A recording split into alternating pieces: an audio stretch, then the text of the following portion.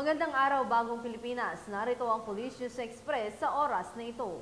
Mahigit 2 milyong pisong halaga ng smuggled na sigarilyo ang nasabat ng mga otoridad ng Tatay PNP sa Palawan. Narito ang detalye mula kay Patrolwoman Christine Lorenzo. Ang kahon ng smuggled na sigarilyo ang nasabat sa Sitio Malibongbong, Barangay Batu, Taytay, Palawan nitong Linggo, ika-3 ng Nobyembre taong kasalukuyan. Naaresto ng pinagsanib ng pwersa ng Taytay Municipal Police Station at Provincial Intelligence Unit Palawan ang isang suspect na lalaki, 33 anyos at residente ng Calawag sa nasabing bayan. Ayon sa PNP, isang concerned citizen ang nag-report tungkol sa isang closed van na nakaparada sa gilid ng kalsada sa nasabing lugar na may lamang smuggled na sigarilyo. Dakong alas 5 ng hapon ay agad na nagsagawa ng operasyon ang mga otoridad kasama ang mga barangay officials at media.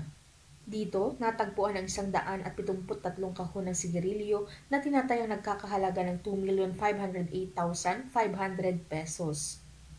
Nahaharap ang suspect sa mga paglabag sa kasong RA 10643 o the Graphic Health Warnings Law at sa RA 10863 o Customs Modernization and Tariff Act.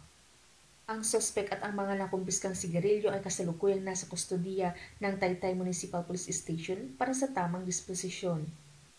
Ang pagkakahuli ng suspect ay isang patunay na mas pinaigting pa ng kapulisan ang kanilang sinumpaang tungkulin upang masiguro na dito sa Bagong Pilipinas ang gusto ng pulis, ligtas ka.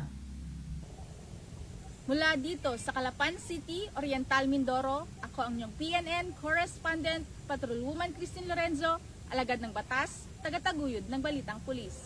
Maraming salamat, Patrolwoman Lorenzo, at para sa iba pang napapanahong balitang pampulisya, laging tumutok sa Police News Network. Alagad ng batas, tagataguyod ng Balitang Pulis. Ako po si Police Corporal Maria Elena de los Santos, nagbabalita para sa Police News Express.